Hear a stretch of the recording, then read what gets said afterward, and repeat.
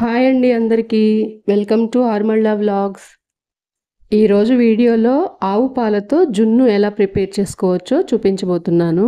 60 ఏళ్లకి ఒకసారైనా ఆవు జున్ను తినాలని అంటూ ఉంటారు కదా పెద్దవాళ్ళు. మాకు ఆ మహాభాగ్యం ఈరోజు కలిగిందనమాట. సో ఆ జున్ను రెసిపీ మీకు కూడా షేర్ చేస్తున్నాను. జనరల్గా మన సైడ్ ఆవులు తక్కువ ఉండడం వలన ఎప్పుడో ఒకసారి చాలా అరుదుగా దొరుకుతాయన్నమాట ఆవు జున్ను పాలు. మా ఆంటీ పంపించారనమాట ఇలా జున్ను పాలు. ఈ గ్లాస్ వచ్చేసి 300 ml పడతాయండి పాలు. మొత్తం జున్ను పాలు గ్లాసంబా ఉన్నాయి. ఇవన్నీ ఒక గిన్నెలోకి తీసుకొని దాంట్లో ఇదే గ్లాస్తో 2 గ్లాసులు మామూలు గేదె పాలు పోసాను. అలాగే ఒక గ్లాస్ వాటర్ కూడా కలిపి ఒక గ్లాస్ బెల్లం కూడా యాడ్ చేసి కొద్దిగా యాలకుల పొడి, మిరియాల పొడి కూడా యాడ్ చేసి బాగా మిక్స్ చేసుకోవాలి బెల్లం అంతా కరిగే వరకు. చిటికెడు సాల్ట్ కూడా యాడ్ చేసుకుంటే టేస్ట్ ఇంకా బాగుంటుంది. ఏ స్వీట్ రెసిపీ అయినా సరే కొద్దిగా సాల్ట్ యాడ్ చేసుకోవడం వల్ల ఆ స్వీట్కి మంచి టేస్ట్ అయితే వస్తుందండి. అంటే లైక్ వెగటుగా అనిపించకుండా ఉంటుంది. షుగర్ యాడ్ చేసి కూడా చేసుకోవచ్చు జున్ను, కాకపోతే బెల్లంతో ఇంకా బాగుంటుందండి. మీరు కూడా ఒకసారి ట్రై చేసి చూడండి. ఆవు పాలు కొంచెం పలుచగా ఉంటాయి కాబట్టి 2 గ్లాసెస్ మిల్కే యాడ్ చేశాను. అదే మామూలు గేదె జున్ను పాలు అయితే 1 గ్లాస్ జున్ను పాలకి 3 గ్లాసులు మిల్క్ అలాగే 1 గ్లాస్ వాటర్ కలిపి చేస్తానన్నమాట. సో జున్ను అనేది గట్టిగా లేకుండా మృదువుగా చక్కగా స్మూత్గా వస్తుంది. ఒక బౌల్ నిండా తిన్నా కూడా వాతం అనేది చేయకుండా చక్కగా డైజెస్ట్ అవుతుంది.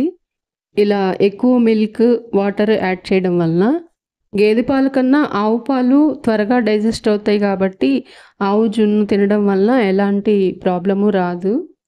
తిన్న తర్వాత అస్సలు హెవీగా అనిపించదండి, చాలా లైట్గా ఉంటుంది.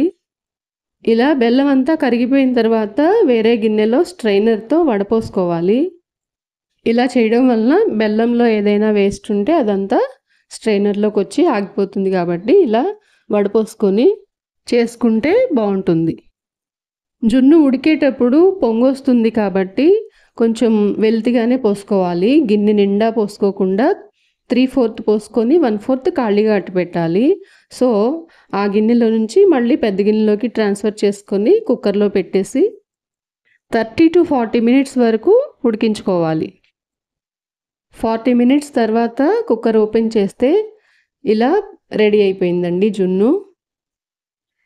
జున్నుని వేడిగా తినే కన్నా చల్లారిన తర్వాత తింటే బాగుంటుంది. ఫ్రిడ్జ్లో పెట్టుకొని చల్లచల్లగా తింటే ఇంకా బాగుంటుందండి. దీంట్లో యాలకుల పొడి, మిరియాల పొడి కూడా వేసాం కదా, ఆ ఫ్లేవర్స్తో జున్నుకి మరింత టేస్ట్ వస్తుంది. సో ఈ విధంగా ఇన్ని సంవత్సరాలకి ఆవు జున్ను తినే అదృష్టం కలిగింది. టేస్ట్ కూడా సూపర్గా ఉంది. మీకు కూడా ఆవు జున్ను పాలు అవైలబిలిటీ ఉన్నప్పుడు ఇలా ఒకసారి ట్రై చేసి చూడండి, చాలా పర్ఫెక్ట్గా కుదురుతుంది. మరి మీకందరికీ ఈ రెసిపీ నచ్చితే ప్లీజ్ లైక్ చేయండి, వీడియోని షేర్ చేయండి. అలాగే కొత్తగా చూస్తున్న వాళ్ళైతే సబ్స్క్రైబ్ చేసుకోవడం మర్చిపోవద్దు. Thanks for your support.